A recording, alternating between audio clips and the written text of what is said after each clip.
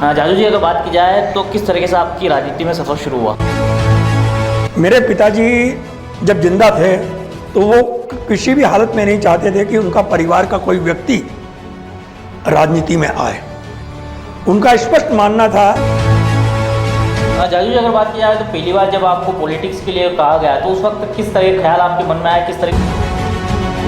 उनने जो किया उसको देखकर मेरे को लगा कि वाकई में राजनीति का एक ऐसा क्षेत्र है जहां आकर हम अपने समाज के लिए, अपने शहर के लिए बहुत कुछ कर सकते हैं। और बात की जाए तो आपके कार्यकाल में किस तरीके से नीमच के विकास को लेकर सौगातें दी गई और आज तक वो जो सौगातें आज भी चर्चाओं का विषय रही? नीमच नगर पालिका डिफाल्टर होते हुए भी यहाँ जाजू सागर डैम से पाइपलाइन डलवा कर आप विधायक बने और उसके बाद चुनाव हारने का कारण क्या रहा? पटवा जी के नेतृत्व के अंदर वो चुनाव लड़ा गया और उस चुनाव के अंदर पटवा जी ने एक नारा दिया था। राजनीति से हटके किन नेताओं से आपके रिश्ते रहे हैं, अगर बात करें तो? जैसे बहुत सम्मान देता हूँ, कारण उनका है कि विचारधारा अलग हो, परंतु उनका जो व्यवहार, उन्होंने हमेशा हमको पुत्रवत माना। नमस्कार दोस्तों, मैं हूं नवीन पाटीदार और आप देख रहे हैं वॉइस एम पे खास कार्यक्रम नेताजी। नेताजी में आज हमारे साथ वो शख्सियत मौजूद है, पहचान की मोहताज नहीं है, नीमच वाकिफ उनको जानता है। साथ ही लेकिन अगर बात की जाए तो नेताजी में इसलिए करने के लिए बुलाया है कि ताकि नई जनरेशन जो है, नई युवा पीढ़ी है, उनसे मिल सके, उनके इतिहास, राजनीतिक इतिहास को लेकर जान सके। ऐसे में बात किया है, हमारे साथ मौजूद है पूर्व विधायक संपत स्वरूप जाजू। उनसे बात करें किस तरीके से उनका राजनीतिक सफर शुरू हुआ, कहाँ से उन्होंने जो राजनीति में कदम रखा। जाजू जी, अगर बात की जाए तो किस तरीके से आपकी राजनीति में सफ़र शुरू हुआ? सबसे पहले तो मैं आपको नवीन भाई धन्यवाद देना चाहता हूँ कि आप नीमच ज़िले के बारे में, खास करके नीमच शहर के बारे में जिस तरह के मुद्दे उठा रहे हैं, उन मुद्दों का पालन या उन मुद्दों को देखकर अगर राजनेता जागृत हो जाएं तो ये नीमच शहर अपनी उन परंपराओं को, उस गौरवशाली इतिहास को पुनः स्थापित कर सकता है जो आज का नहीं 250 वर्षों का है। सवाल इस बात का है कि राजनीति के अंदर जो भी आता है, क्योंकि आज की तारीख में मैं मुख्यतः राजनीति के अंदर हूँ, तो राजनीति में जो भी आता है उसको एक चीज़, बहुत बड़ी चीज़ है उसके लिए कि इतिहास की जानकारी ज़रूर रखे, भूगोल की भी जानकारी रखे, और साथ में इतिहास के अंदर जो अच्छी चीज़ें हुई हैं उसको आत्मसात करके आगे बढ़े, और इतिहास के अंदर जो गलतियाँ विभिन्न नेतृत्वकर्ताओं ने की है उस गलतियों को वो दोबारा नहीं करे, जिससे कि क्षेत्र को नुकसान पहुँचे।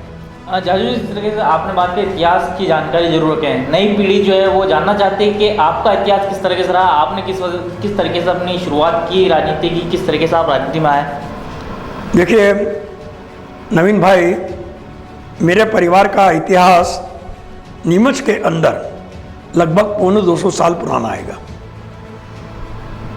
हमारे 6 पीढ़ियाँ नीमच के अंदर आकर रही और रही, पर पिछली 3 पीढ़ियाँ जिसके अंदर मैं भी हूँ, मैं, मेरे पिताजी और मेरे दादाजी, सामाजिक क्षेत्र से लेकर राजनीतिक क्षेत्र के अंदर उनका एक अपना वजूद था। मेरे दादाजी नीमच कैंटोनमेंट बोर्ड के सदस्य थे, जबकि कैंटोनमेंट बोर्ड में उस समय अंग्रेज़ों का मुख्य व्यक्ति रहता था, अध्यक्ष, और बाकी के 4 और 5 शहर के गणमान्य नागरिक और गणमान्य लोगों को उसका बोर्ड का मेंबर बनाया जाता था। तो उन बोर्ड के मेंबर में एक मेरे दादाजी भी थे। मेरे दादाजी को जो सामाजिक क्षेत्र के अंदर और धार्मिक क्षेत्र में जो विश्वास था, आज के लोग जो बोलते हैं वो केवल दिखावा है। अगर जो गाय की बात करते हैं, जो मंदिर की बात करते हैं, उनको अगर मेरे परिवार के इतिहास को देखेंगे और उससे सीखेंगे तो उनको लगेगा कि वो कहाँ पर खड़े हैं और हमारा परिवार कहाँ खड़ा था। उसी प्रकार से मेरे पिताजी ने जब राजनीति ज्वाइन की यहाँ, तो राजनीति उस समय मेरे दादा कैंटोनमेंट बोर्ड के थे, सब कुछ थे, और मेरे दादा चाहते थे कि मेरे पिताजी कहीं ना कहीं जाके बैरिस्टर की डिग्री लेके आए और उन्होंने उनका पासपोर्ट और सब व्यवस्थाएं कर दी थी। जब वो नीमच आए पढ़कर तो वहाँ यहाँ पर जो स्वतंत्रता संग्राम सेनानी लोग रहे हैं जिन्होंने कांग्रेस को स्थापित किया, उनके संपर्क में आने के बाद उन्होंने, उनका टिकट हो गया था, सब कुछ हो गया था, उन्होंने छोड़ के वो राजनीति के क्षेत्र में कूद गए। उससे वो स्वतंत्रता संग्राम सेनानी रहे, वो भारत की संविधान सभा के सदस्य रहे, मध्य भारत में एमएलए रहे, मध्य प्रदेश के अंदर एमएलए रहे, मध्य भारत के अंदर मंत्री रहे और यहाँ रहे। और आज नीमच का जो विकास है, मैं तो यही मानता हूँ कि आज़ादी के बाद का जो विकास है यह उनकी परिकल्पना उन्हीं की थी। जाजू जी, अगर बात की जाए तो आप सरकारी सेवाओं में थे, डॉक्टर थे आप, उसके बाद आप पॉलिटिक्स में जो एंट्री करी, क्या कारण है ऐसे कि आपको राजनीति में आना पड़ा? देखिए, मैं राजनीति में आया मेरे पिताजी की मृत्यु के बाद। मेरे पिताजी जब जिंदा थे तो वो किसी भी हालत में नहीं चाहते थे कि उनका परिवार का कोई व्यक्ति राजनीति में आए।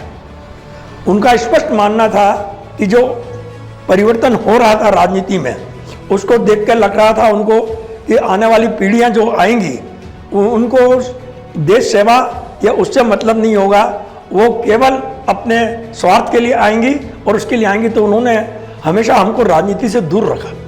परंतु जब उनकी मृत्यु के बाद मेरी पोस्टिंग नीमच हुई और नीमच पोस्टिंग के बाद जब मैं यहाँ उनकी मृत्यु हुई तो कई लोगों ने मेरी मदर को आके वो बोला कि भैया जी चले गए, पर भैया जी की जो सपने थे, जो उनकी विकासशीलता थी वो अधूरी है। तो हम चाहते हैं कि अगर उनके लड़के कोई भी चुनाव लड़ें तो हम पूरी तरह से मदद भी करेंगे और उनको चुनाव लड़ना चाहिए। तो लोगों के आग्रह पर मैंने सरकारी नौकरी, 13 साल की सरकारी नौकरी छोड़कर मैं राजनीति के अंदर आया। जाजू जी, अगर बात की जाए तो पहली बार जब आपको पॉलिटिक्स के लिए कहा गया तो उस वक्त किस तरह के ख्याल आपके मन में आया, किस तरह के विचार आपके मन में आए? देखिए, जब मेरे को पहली बार राजनीति के लिए कहा गया तो मेरा पूरा ध्यान मेरे पिताजी की ओर गया। उनके की जो प्रशासनिक क्षमता, प्रशासन करने का तरीका, उनकी जो विकासशील विज़न, सोच और उनने जो किया, उसको देखकर मेरे को लगा कि वाकई में राजनीति का एक ऐसा क्षेत्र है जहां आकर हम अपने समाज के लिए, अपने शहर के लिए बहुत कुछ कर सकते हैं और शहर को अगर आगे बढ़ाएंगे तो यहाँ की नई पीढ़ी आगे पता नहीं कहाँ से कहाँ पहुँचेगी। जाजू जी, अगर बात की जाए तो जिस तरह आपने बोर्ड की बात की, बोर्ड के सदस्य नीमच के और कई लोग बोर्ड के सदस्य, तो जिस तरीके से बोर्ड के सदस्य, तो कुछ ऐसी उस बोर्ड की बातें जो आपको पिताजी ने कही हो? नहीं, पिताजी नहीं थे मेरे दादाजी। दादाजी आपके कंटोनमेंट बोर्ड के सदस्य थे। तो उस समय तो मैं बहुत छोटा था, परंतु उनके समय में अगर आप देखें तो नीमच की 2-3 चीज़ें जो हुई है और उन्होंने जो खुद ने की है वो अपने आप में बहुत अनूठी है। और वो सबसे बड़ा दुर्भाग्य है कि नीमच शहर के वो लोग जानते ही नहीं हैं। आज अगर नीमच शहर की पहचान है तो 2-3 चीज़ों के कारण नीमच शहर की पहचान है। और उसमें एक पहचान नीमच की मंडी है, व्यावसायिक मंडी है। और उस मंडी की स्थापना जो की गई थी, उस स्थापना करने में मेरे दादाजी का हाथ था और उनके ज़माने में उन्होंने स्थापना की थी और उस समय उसको धान मंडी कहा जाता था।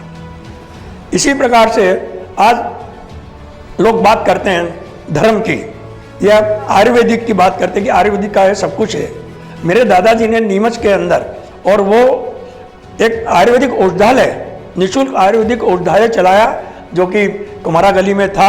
और वो तो मैंने बरसों तक देखा कि 80 तक वो औषधालय चला और बहुत अच्छा चलता था, गरीब लोगों को वहाँ से सेवाएं मिलती थी। तो ये था। तीसरी बात जो आज की तारीख के अंदर आप देखेंगे परिवर्तन, वो मैं धर्म के बारे में बात करता हूँ कि हर आदमी बोलता है कि मंदिर बनाइए, ये कीजिए और धर्म की बात कीजिए, सत्संग कीजिए। तो नीमच के अंदर अगर चौमासे की सत्संग की परंपरा जो शुरू की गई है तो वो मेरे परिवार से हुई है। आज भले धर्म के नाम पे ये लोग हमको ये बोल देते हैं, आरोप लगा देते हैं ये कांग्रेसी हैं, ये क्या धर्म की बात करते हैं, ये क्या धर्म को जानते हैं।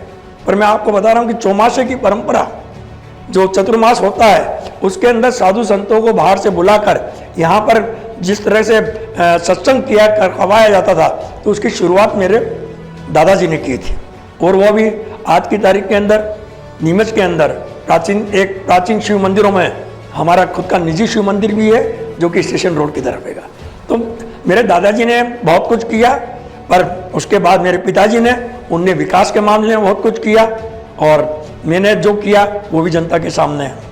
जाजू जी, अगर बात की जाए तो पिताजी और आपकी अक्सर बात होती थी, क्योंकि उस वक्त आप सरकारी सेवाओं में थे, पिताजी विधायक थे, तो ऐसी कुछ बातें होती थी जब आपके बीच में आपस में चर्चा होती है शहर विकास को लेकर? देखिए, मेरे पिताजी का एक कहना बहुत स्पष्ट था कि मेरी पहचान नीमच से है। मैं नीमच के कारण ही हर जगह पहुंचा हूं, चाहे कहीं पर भी गया हूं, तो मेरे लिए सबसे बड़ी प्राथमिकता मेरी नीमच है, बाकी मेरे लिए कोई प्राथमिकता नहीं है। तो उन्होंने नीमच के लिए जो भी विकास के लिए करने की इच्छा की और उन्होंने किया।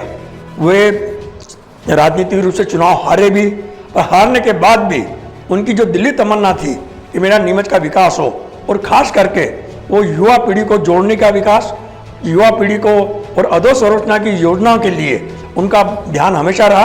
तो मैंने भी जब मैं विधायक बना तो मैंने पूरा ध्यान अधोसंरचना की योजनाओं की ओर लगाया, और उसका लाभ आज नीमच के लोग ले रहे हैं। मैं आप पूछेंगे, मैं आपको एक एक जानकारी दूंगा कि मेरे 5 साल के कार्यकाल में और दूसरे जो नेता लोग हैं जो 5 साल, 10 साल, 15 साल, 20 साल रहे, उनके कार्यकाल में क्या हुआ उसकी तुलना जनता करे। हम नहीं बोलेंगे कि हमने किया, हम तो ये बताएंगे कि इस कांग्रेस सरकार के माध्यम से कांग्रेस ने जो किया वो इस नीमच के लिए मील का पत्थर है, विकास के लिए मील का पत्थर रहा। और ये आज जो नीमच देख रहे हैं हम, वो जो भी देख रहे हैं वो केवल कांग्रेस की देन है। बाकी चाहे विधायक किसी के चुन के आए हों, विधायक लंबे समय तक कोई भी रहे हों, पर उन्होंने नीमच के लिए कोई ऐसा काम नहीं किया जो कि वो गिनवा सके। अगर जाजू जी बात की जाए तो आपके कार्यकाल में किस तरीके से नीमच के विकास को लेकर सौगातें दी गई, और आज तक वो जो सौगातें आज भी चर्चाओं का विषय रहती है? देखिए, मैं आप किस बात के, मेरा मानना है कि किसी भी शहर का विकास 4 चीज़ों से के कारण होता है। वहाँ अगर शिक्षा हो, वहाँ अगर स्वास्थ्य सुविधा हो, वहाँ पेयजल की व्यवस्था हो, और वहाँ व्यवसाय करने के अपने और उसकी कनेक्टिविटी अगर अन्य जगह शहरों से हो, तो वो जगह व्यवसाय करने के लिए सबसे उपयुक्त माना जाता है, और उसको कोई रोक नहीं सकता है विकास के लिए।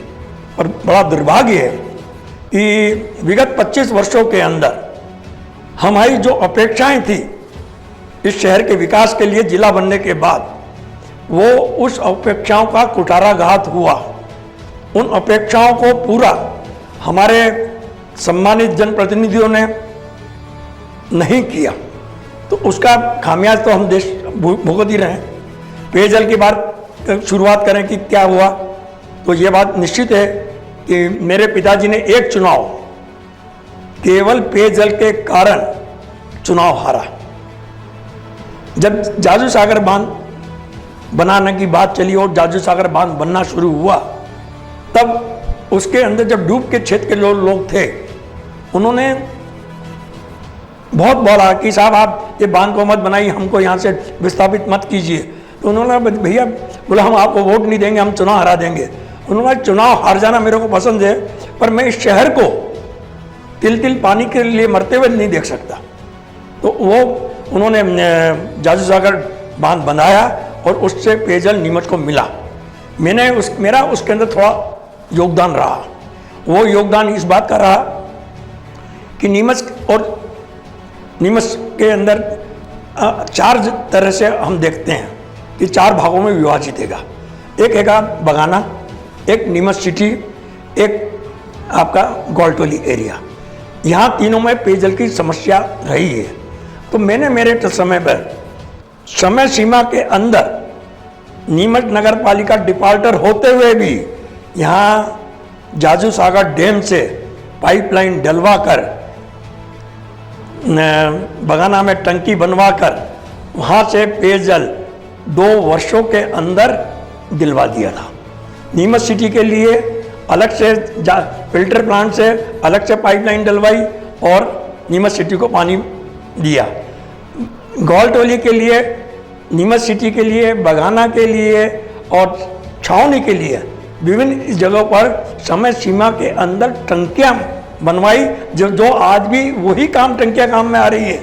इन्होंने नई टंकियों के नाम पे जो भी यहाँ और पानी संग्रहण के नाम पे जो भी किया है, उसका हर्ष पूरा नीमच देख रहा है कि हमने क्या किया है।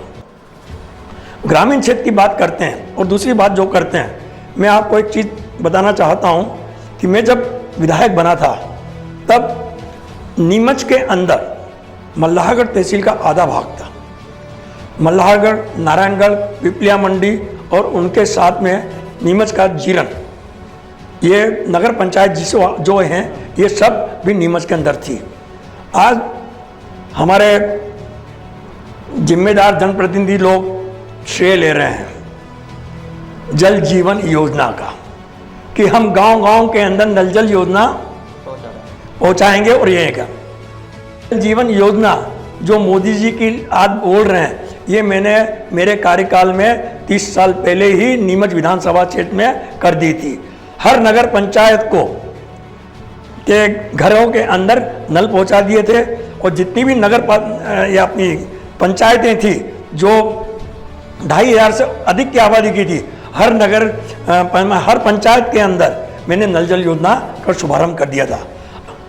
बड़ी बात ये है कि दुर्भाग्य बड़े शहर का, क्योंकि जिस तरीके से इन्होंने नल जल योजना जो है उस वक्त जो निकाल दी थी जिस वक्त जो भारतीय जनता थी। साथ ही अगर बात की जाए, आप विधायक बने और उसके बाद चुनाव हारने का कारण क्या रहा? देखिए, ये बहुत आपने मुद्दा बोला। तो हमारा जो चुनाव हुआ उस समय 2 मुद्दे बहुत थे और उस समय अविभाजित मध्य प्रदेश था, छत्तीसगढ़ भी था और मध्य प्रदेश भी था और 320 विधानसभा सीटें हुआ करती थी। बड़ा मुद्दा था राम मंदिर वहीं बनाएंगे और ईंट संग्रहण का। तो ये धार्मिक मुद्दा लेके एक आए। और दूसरा, वो चुनाव हमारे आदरणीय स्वर्गीय पटवा जी, जिनका मैं बहुत सम्मान करता हूँ, क्योंकि उनकी जो प्रशासनिक क्षमता उनकी और सक्रेचा जी की प्रशासनिक क्षमता को का कायल रहा हूँ। मैंने उन दोनों की प्रशासनिक क्षमता को देखा है और है। तो मेरे पिताजी के बाद अगर इस जिले के अंदर इस कोई प्रशासनिक क्षमता के अंदर रहे हैं तो मेरे पिताजी के बाद ये दोनों लोग रहे हैं। तो पटवा जी के नेतृत्व के अंदर वो चुनाव लड़ा गया और उस चुनाव के अंदर पटवा जी ने एक नारा दिया था जिसको आज हम बीजेपी के लोग मोदी से लेकर शिवराज सिंह तक कांग्रेस के ऊपर टारगेट कर रहे हैं। उनने नारा किसान ऋण के लिए जो बोलते हैं वो कमलनाथ जी से के लिए बोलते हैं कि साहब आपने क्या किया। भाई साहब, पटवा जी ने नारा दिया था कि भाजपा का कहना साफ, सारे कर्जे होंगे माफ, सुई से लेकर हवाई जहाज तक हम कर्जे करेंगे माफ। तो आप भी जानते हैं कि वोट 2 तरह के होते हैं। एक वोट होता है फिक्स वोट, जो कि न तो उम्मीदवार को देखता है न मुद्दों को देखता है, वो केवल विचारधारा को देखता है और पार्टी से जुड़ा रहता है। तो पार्टी वो किसी को भी खड़ा करे तो वो उसको वोट देता, भले जानता है कि नहीं जानता हो। तो एक तो ये होता है कि भाई हम जान रहे कि नहीं जान रहे। और दूसरा होता है फ्लोटिंग वोट, ढुलमुल वोट, जो इधर से उधर उधर से इधर समय देख के परिस्थितियां देख के पलट जाता है। तो जब ढुलमुल वोट की एक स्थिति हर जगह की है, वो मेरी भी है कि मैं सबसे पहले अपना स्वार्थ देखूंगा कि मेरी स्वार्थ पूर्ति कितनी हो रही है। तो जब उस ढुलमुल वोट को कि भाई कर्जा माफ हो जाएगा, सुई से लेके सब तक कुछ भी होगा, तो हमको तो भैया भाजपा की सरकार बना दो। और दूसरी तरफ धर्म का भी ये था कि भाई मंदिर के लिए ईंटें खड़े इकट्ठी की जा रही हैं, चंदा इकट्ठा किया जा रहा, मंदिर ही बन जाएगा। तो बोले क्या सरकार बनाने के साथ अपना लाभ तो मिलेगा ही और साथ में पुण्य भी मिलेगा। तो लोगों ने भाजपा को एक तरफा मदद की और उनको चुनाव जितवाया। आज़ादी के बाद से लेकर सन 2018 तक के जितने चुनाव हुए मध्य भारत और महाकौशल, पुराना मध्य प्रदेश, छत्तीसगढ़ मिला के 1991 के चुनाव में कांग्रेस को सबसे कम सीटें मिली थी। आज़ादी से लेकर आता 77 के अंदर भी कांग्रेस ज़्यादा सीटें लेके आई हर समय, पर उस समय कांग्रेस को केवल 81 सीट मिली थी। जबकि मैं आपको ये बताना चाहता हूँ कि जिला बनने के पहले नीमच के अंदर वो चीज़ें आई जो संभाग स्तर में नहीं थी, जो रतलाम जिले में नहीं थी, जो मंदसौर के अंदर नहीं थी, पर वो नीमच के अंदर आई जब नीमच केवल सब डिवीज़न कार्यालय था। और उसके अंदर ही मैं आपको बताता हूँ सबसे बड़ी चीज़, आज जिसके लिए ये लोग बात कर रहे हैं, शिक्षा की। आप हर आदमी की एक दिल्ली तमन्ना नीमच के अंदर भी है और छोटे गांव के अंदर भी है कि हमको हमारा बच्चा सेंट्रल स्कूल में पढ़े। आप ताजुब करेंगे नीमच का सेंट्रल स्कूल बने खुले हुए कितना समय हो गया? 52 वर्ष। ये भाजपा की, क्योंकि नहीं तो छड़ी छड़ी चीज़ों पे ये ऑर्गेनाइज करते हैं कि ये हमारा विकास का वो एजेंडा है, ये विकास यात्रा है, पर 52 वर्ष पूर्व जो सेंट्रल स्कूल खुला, जबकि उज्जैन संभाग के अंदर उज्जैन में सेंट्रल स्कूल नहीं था, रतलाम में सेंट्रल स्कूल नहीं था और मंदसौर में सेंट्रल स्कूल नहीं था, और नीमच के अंदर खुला था। तो आप इससे अंदाज लगा लीजिए कि नीमच की स्थिति क्या थी। आज इंडस्ट्री की बात करते हैं, हमारे मंत्री जी हमारे क्षेत्र से इंडस्ट्री के, नीमच के अंदर इंडस्ट्री का और अपना जो औद्योगिक क्षेत्र बोलते हैं अपन, जो बना हुआ है वो कब का बना हुआ है? सन 65 का है। किसी को जानकारी? जबकि उस समय रतलाम में औद्योगिक वो कैन नहीं था, उद्योग वो नहीं थी, इंडस्ट्रियल एरिया। आपके उज्जैन मंदसौर के अंदर नहीं थी, वो नीमच में खुला। ये आउट ऑफ वे जाके है। मैं मेरा ही बताता हूँ मैं कि आज की तारीख के अंदर शिवराज जी बहुत दबंगता से बात करते हैं कि लक्ष्मी, लाडली लक्ष्मी योजना, लाडली बहना योजना शुरू कर दी। इसका मतलब सीधी बात है कि हमको महिलाओं का उत्थान करना है, कि महिलाओं को जब तक हम ऊंचा नहीं उठाएंगे। मेरे टाइम पर नीमच के अंदर सीताराम जाजू कन्या महाविद्यालय खुला, उसकी बिल्डिंग बनी। उस बिल्डिंग को बनने के अंदर भारतीय जनता पार्टी के नेताओं ने रोड़े अटकाए, कोर्ट में केस ले गए। उस कोर्ट में केस जीतने के बाद भी मैंने समय सीमा में उस बिल्डिंग को बनवाया। और सबसे बड़ी चीज़ उसके अंदर खूबी क्या थी, उस कॉलेज की क्या खूबी है, ये आज तक भाजपा के नेता भी नहीं बता पाएंगे, जो अभी 18 साल से सरकार के अंदर है। इसके अंदर जितने जिस तरह के स्ट्रीम्स हैं, subjects, arts, commerce, science, home science, संगीत, आपका अन्य जो हैं और भी हैं, ये सारे सब्जेक्ट एट ए टाइम खुल गए थे। जब ये खुला था और यहाँ कंप्यूटर शुरू हुआ था, तो भाई साहब उस जमाने में जावरा से लड़की पढ़ने आती थी नीमच। तो आप बताइए कि क्या स्थिति रही है। ये तो मैंने आपको केवल जाजू कन्या बताया, पर आपने स्वामी विवेकानंद कॉलेज का उदाहरण नहीं देखा कि वो कब बना, कैसे बना और क्या उस समय नीमच पात्र था।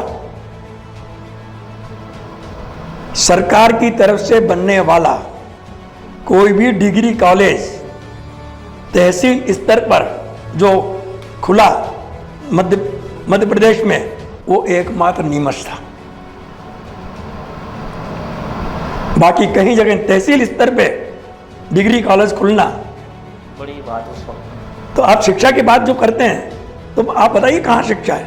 लॉ कॉलेज जो खुला वो भले निजी क्षेत्र में खुला, और मेरे पिताजी ने जब प्रयास किए तो मंदसौर से पहले लॉ कॉलेज नीमच में खुला। ये शिक्षा की बात है। और भी कई मुद्दे हैं जिसको आप रोज उठा रहे हैं, और हमारे मित्र लोग बोलते हैं कि साहब हमने ये कर दिया, कब वो कर दिया। आपके यहाँ इंटरव्यू में बोल रहे हैं, मेरे को शर्म आती है कि भाई आप इंटरव्यू में बोल रहे हो और आप रोज देख रहे हो आपकी स्थिति क्या है। चाहे उसका ले लो, चाहे सड़कों का मामला ले लो, चाहे आप अन्य मामले ले लो, कहने को बहुत कुछ है। पर क्या हमारे नेताओं को समझना, पर सवाल इस बात का है, चुनाव वही जीतता है जब तात्कालीन परिस्थितियाँ बनती हैं, तात्कालीन धार्मिक मुद्दे आ जाते हैं, तात्कालीन आपका जाति समीकरण की बात करना शुरू हो जाती है, धार्मिक ये समाज ये इस जाति का है, ये इसका है, ये इसका है। हमारे आसपास कहीं कोई घटना घट जाती है तो उसका असर घटना उदयपुर में घटे और असर नीमच के चुनाव में पड़े, तो उसके बाद में फिर रोते हैं कि भाई आप ये बात कीजिए। भाई मैं तो आप मतलब बहुत खुली चीज़ बोल रहा हूँ मैं, कि जो चीज़ें आपको दिख रही हैं, जिन चीज़ों को आप बोल रहे हो कि हमने स्वीकृत करा दिया, भाई जमीन पे कहाँ है। इसका सबसे बड़ा उदाहरण अभी आपका लेटेस्ट हमारे विधायक जी बगाना ओवरब्रिज के बारे में। आप बगाना ओवरब्रिज कब स्वीकृत हुआ? 3 साल होने को आ गए मध्य प्रदेश के बजट के अंदर। अभी तक आप उनकी प्रोजेक्ट रिपोर्ट ही नहीं बना पाए, अभी तक आप प्रस्ताव ही नहीं बना पाए। मैंने स्टेटमेंट दिया था कि सांसद जी मौन क्यों है। सांसद जी का मौन रहने का कारण है, सांसद जी मौन इसलिए रहे कि वो विधायक को कहाँ कटघरे में खड़ा कर दें कि भैया तेरे वहाँ से और तेरी सरकार ने तो कुछ भेजा ही नहीं रेलवे विभाग को। जब वो उन्होंने भेजा ही नहीं है तो मैं क्या पूछूं, वहाँ पर क्या दबाव बनाऊं। सवाल इस बात का है कि आपने क्या प्रस्ताव बना के भेजा। आज तक जब प्रस्ताव ही नहीं पहुंचा है तो सांसद जी जीएम से क्या बात करेंगे। बड़ी बात कही आपने। विधायक अगर बात करें तो जिस तरह आप राजनीति में रहे, और क्या बड़ी चीज़ें ऐसी जो नीमच के आपके कार्यकाल में दी गई लेकिन अब वो जो है विलुप्त होती दिख रही है, उस पर अब जो नेता ध्यान नहीं देते हैं। देखिए हमारे कार्यकाल में ये मैं तो चीज़ जानता हूँ कि मैं जब विधायक बना, कांग्रेस के कार्यकाल मैं जो दिया वो कांग्रेस के कार्यकाल ने दिया। मैं तो केवल एक उसका माध्यम मात्र था। सरकार कांग्रेस की थी और मैं जनता और सरकार के बीच की कड़ी था। जनता की मांग सरकार तक पहुंचाना, कांग्रेस के हमारे नेतृत्व को पहुंचाना, और नेतृत्व को ये बताना कि इसकी ज़रूरत क्या है, और नेतृत्व ने हमेशा सहयोग किया, चाहे वो कोई सा भी क्षेत्र हो। मैं आपको 2 चीज़ की बात करता हूँ। आज की तारीख के अंदर रोज़ चर्चा होती नीमच के अंदर ज़मीनों की कि भाई साहब आज ज़मीन की कीमत ये हो गई, आज ज़मीन की कीमत ये हो गई है। अखबार के माध्यम से लोग छापते भी हैं कि आज इस जगह का रेट 40,000 रुपये स्क्वायर फीट हो गया, इस जगह का रेट ये हो गया, ये कहाँ से कहाँ पहुँच गया। मेरे टाइम पर मैंने नीमच सुधार न्यास के माध्यम से उस समय पहली बार हमने जनता का व्यक्ति को नीमच सुधार न्यास का अध्यक्ष बनाया था, बेहुला जी कोठारी। उनके माध्यम से इस मध्य प्रदेश के उस जमाने में सबसे बड़ी सरकार की तरफ से कॉलोनी काटी थी। उसके अंदर 2000 प्लाट थे, और आज भी है, जिसको आज उसका नाम सीताराम जाजू नगर है, जिसको आप 36A और 36B बोलते हैं। वो मेरे टाइम की कटी हुई। अच्छा, उसका नाम वो था? नहीं, नाम तो सीताराम जाजू नगर बाद में।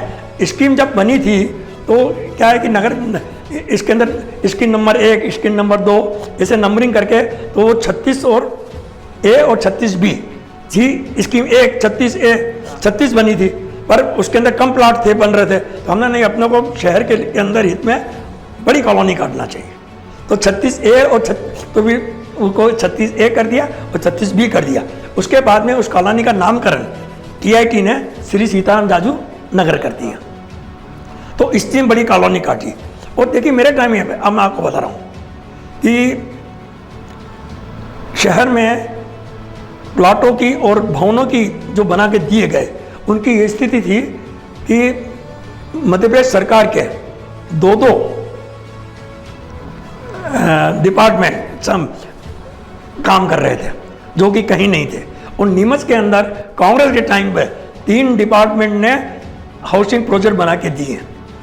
नंबर 1 नीमच सुधार न्यास, नंबर 2 आपका ये कम से ना अपनी कॉलोनी बनी हुई है मध्य प्रदेश हाउसिंग बोर्ड, और नंबर 3 हुडको। ये तीनों दिए।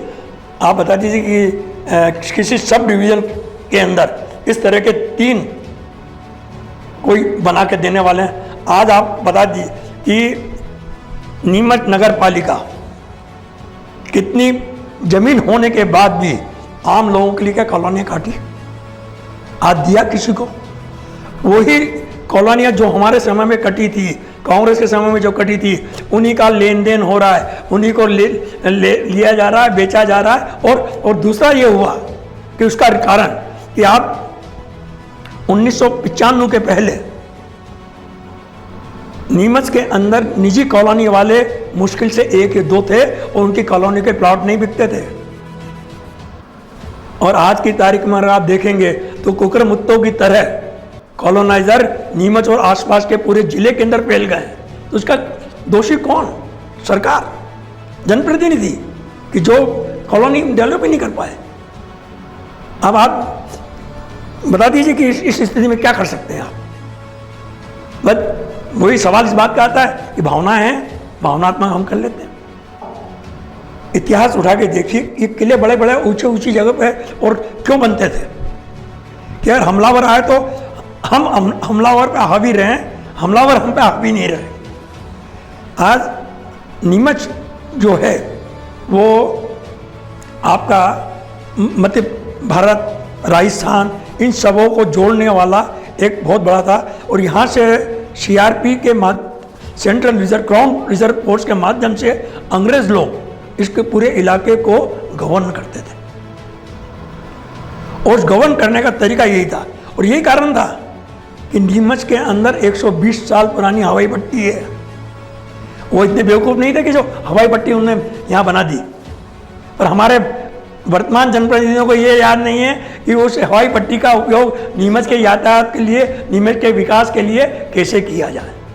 क्योंकि प्रदेश की सबसे बड़ी हवाई पट्टी। आपको मैं याद, आपकी उम्र मेरे को मालूम नहीं कितनी है और ना पूछना चाहिए, पर मैं जानता हूँ कि आपको इतनी जानकारी नहीं होगी क्योंकि आप छोटे हो गए। खंडवा से लेकर अजमेर के बीच में रतलाम और इंदौर को छोड़ दीजिए, सबसे बढ़िया स्टेशन और सबसे सुंदर स्टेशन कोई था तो वो नीमच था। और नीमच के अंदर लोको चेट और ये सब चीज़ें क्यों थी? आज भी आप देख लीजिए, अंग्रेजों के ज़माने के अंदर नीमच का आपने रेलवे का इलाका घूमा है?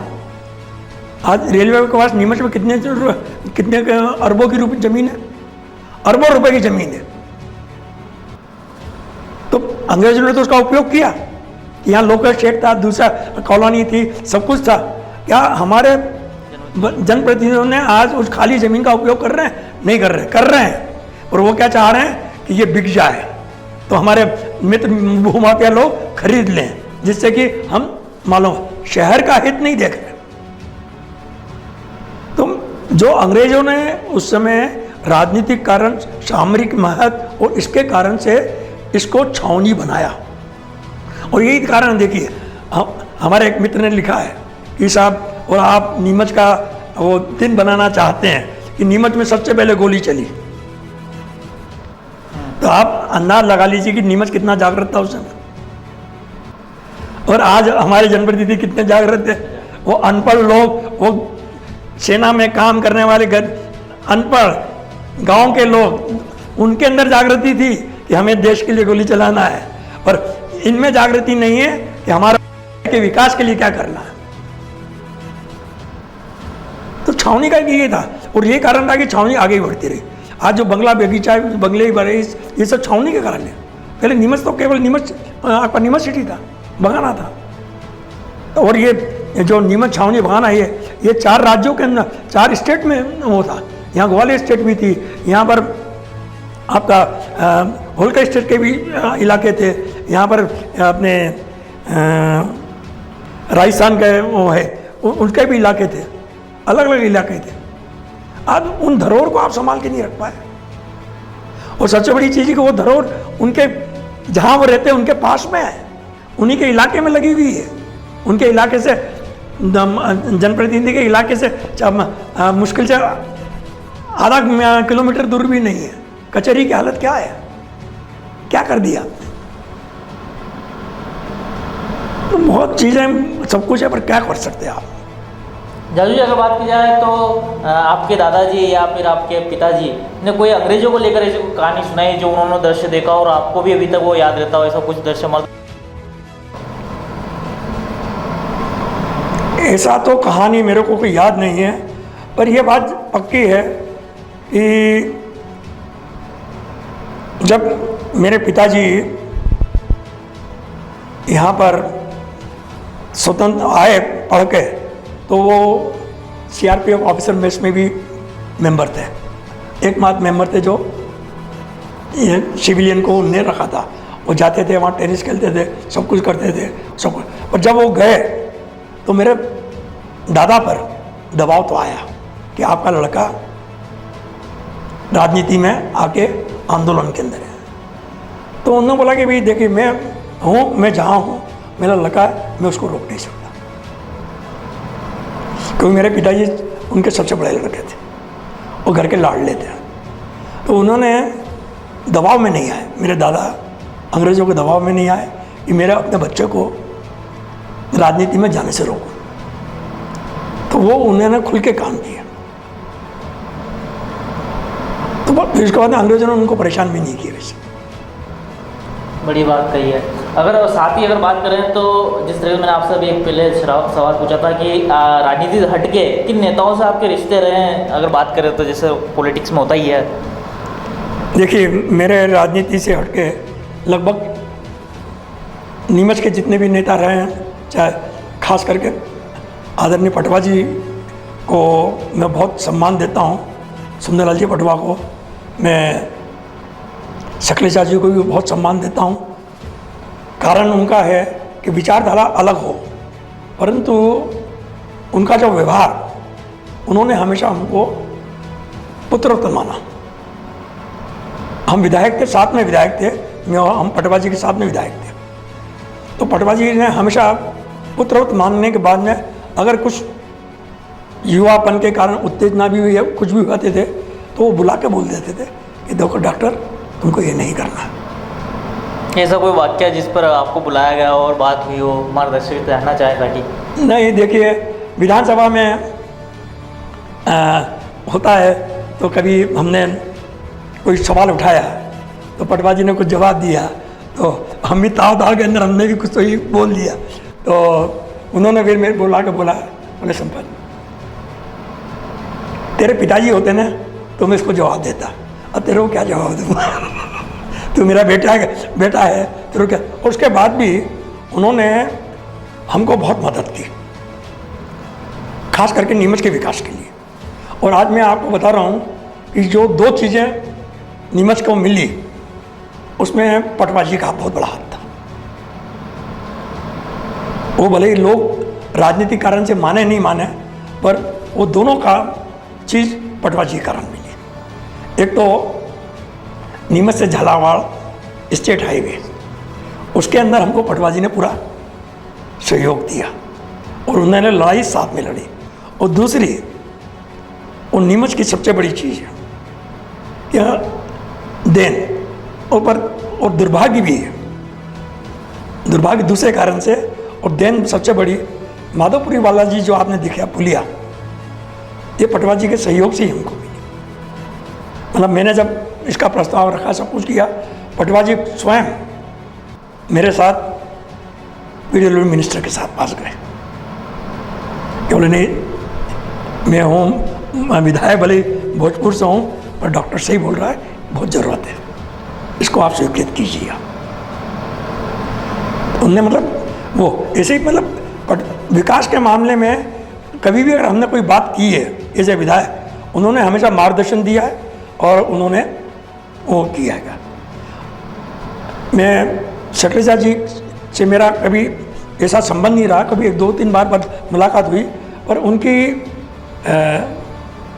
कार्यशैली का मैं कायल हूँ कि वो यहाँ से बस से सफ़र करते थे और साइकिल से जाते थे। उनके अंदर ये आडंबर दिखावा कि आज ये एसी इतने लाखों की गाड़ी, ये इतने की है, कहीं कुछ नहीं था, और बाज़ार में कहीं पे भी मिल जाए, कहीं पे भी मिले, वो आपसे प्यार से बात करते थे। तो ये खूबियाँ तो है उनके अंदर, और वो यही कारण रहा कि इन खूबियों के कारण ही वो लोग बहुत बड़े रहे।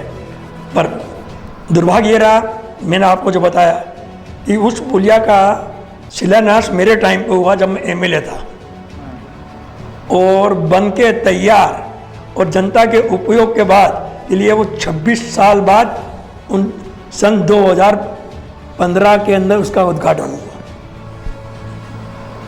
तो आप इससे अंदाज लगा लीजिए कि काम का क्या हालत है हमारे जनप्रतिनिधियों की। एक और बात बताता हूँ, पटवा जी का एक और चीज़ के अंदर सहयोग मिला था, वो थी नीमच का जो को integrated development of small and town के लिए एक योजना केंद्र सरकार की थी। उसमें हम रखना चाहते थे जिससे कि नीमच के विकास को पैसा मिल जाए। तो पटवा जी ने उसके लिए मदद की कि हाँ, इसको नीमच को मिलना चाहिए। और आप ताजुब करोगे कि आज ये जो हेडगेवर बस स्टैंड हैगा, इसका शिलान्यास मेरे टाइम पर हुआ। हमने उसका ठेका दे दिया था, उसकी दुकानें बनना शुरू हो गई थी, और आज दुर्भाग्य है कि मैं मानता हूँ कि 90 के बाद से लेकर 32 साल बाद भी अगर आप उस हेडगेवरे बस स्टैंड को पूरा नहीं कर पाए, तो इससे बड़ी शर्मनाक बात हमारे जनप्रतिनिधियों के लिए और स्थानीय नगर पालिका के लिए नहीं हो सकती।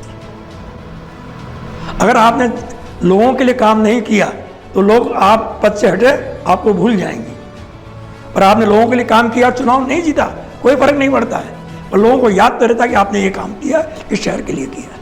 तो ये परिवर्तन आया है, पर यह समय भी नहीं रहेगा, ये समय भी नहीं रहेगा।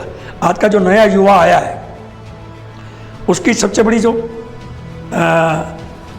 सोच है, वो परिणाम मूलक राजनीति चाहता है, रिजल्ट ओरिएंटेड। हमें परिणाम सामने चाहिए। आज की महिला जो चाहती है, वो परिणाम चाहती है कि मेरे को अगर ये है तो क्या लाभ मिला है, पढ़ी लिखी है। आज का 60% मतदाता 40% से कम का है। आप डेटा उठा के देखिए अपने नीमच का ही, 48% महिलाएं हैं। तो जब तक आप इन महिलाओं को और इन युवाओं को नहीं साथ हो गया परिवर्तन के हिसाब से, युवा चाहता है परिवर्तन, पर वो रिजल्ट ओरिएंटेड, वो चाहता है कि मेरे को, मेरे क्षेत्र के विकास के कारण मेरे को क्या मिल रहा है और मैं आगे जाके क्या करूँगा। भाई आप बताइए ना कि हमारे यहाँ का जितना भी प्रतिभाशाली व्यक्ति है, लड़का है, लड़की है, आप हर परिवार में देखो तो बोले कहाँ हो, तो कई तो बोल देंगे कि अमेरिका में है, यहाँ आपका दुबई है, यहाँ पर रहेगा। फिर कई बोल देगा कि आपका ऐसा कोयम्बटूर में है, आपका बेंगलोर में है, दिल्ली में है, नोएडा में है, पूना में है। आज आप भी बता दीजिए कि आपके समाज के कितने डॉक्टर्स बन गए, प्रतिभा थी तभी तो बने ना। हम 3 पूर्व विधायक जीवित हैं, मतलब हम 2 पूर्व विधायक और 1 विधायक जो जीवित है नीमच के लिए, मैं और नंदकिशोर पटेल और भाई दिलीप जी परिहार। मेरे को और नंदकिशोर पटेल को आप एक तरफ रख दीजिए, बिठा लीजिए, और एक तरफ बिठा लीजिए आप दिलीप परिहार को। हम दोनों का कार्यकाल 5-5 मिला के 10 साल, और इनका अभी तक का कार्यकाल मिला के 20 साल हो जाएंगे। हमने दोनों ने मिलकर, कांग्रेस ने मिलकर 10 साल के पीरियड के लिए इस शहर के लिए क्या किया, आउट ऑफ वे जाके और रूटीन के भी, और इनने क्या किया उस पर हमें खुली बहस, कहीं पर भी किसी भी स्थान पे हम दोनों मिलकर करने को तैयार हैं। वो चाहे वो पेयजल हो, चाहे स्वास्थ्य सुविधाएं हो, चाहे सड़कों का मामला हो, चाहे बिजली का मामला हो, चाहे प्लाटों का मामला हो, चाहे शिक्षा का मामला हो, हम हर एक के बारे में बात नहीं कर रहे हैं। क्या बात कर रहे हैं? आज ये जल जीवन योजना की बात कर रहे हैं। भाई साहब, गांधी सागर बांध ही नहीं बनता तो आप जल जीवन योजना कहाँ से ले आते हैं? और गांधी सागर बांध कब बना? प्रदेश के मध्य भारत के पहले चुनाव के बाद बन गया था वो, और टाइम लिमिट के अंदर बना है। उसमें मेरे पिताजी का बहुत बड़ा योगदान रहा। अब अपन गढ़ की बात करते हैं, मैं आपको मतलब बोलना एक जरूरी करना है। गढ़ की बात करते हैं, इस संसदीय क्षेत्र ने 4 मुख्यमंत्रियों को हराया है। एक नहीं, 4 मुख्यमंत्रियों को, 2 कांग्रेस के, 2 भाजपा के। आप कैसे बोल दोगे कि गढ़ था कांग्रेस बीजेपी में उसका? अगर था तो 2 मुख्यमंत्री क्यों हार गए? और उसके बाद में पलट के झांक के नहीं देखा पटवा जी ने? तो हारने के बाद भोजपुर चले गए परमानेंट। बहुत कहने को बहुत कुछ है साहब। तो ये थे हमारे नेताजी खास कार्यक्रम में डॉक्टर जाजू जी, इन सब ने उनके राजनीतिक सफर को लेकर बात करी, साथ ही उनके कार्यकाल में किस तरह के विकास नीमच को देखने को मिले और किस तरह के विकास हुए जो आज भी जनता देखती है, और जिस तरीके से उनको सेवाओं का लाभ मिलता आ रहा है, साथ ही किस तरीके से उन्होंने जो कार्यकाल रहा उस तरह के अपडेट के लिए बनाया हमारे साथ। जय हिंद, जय भारत।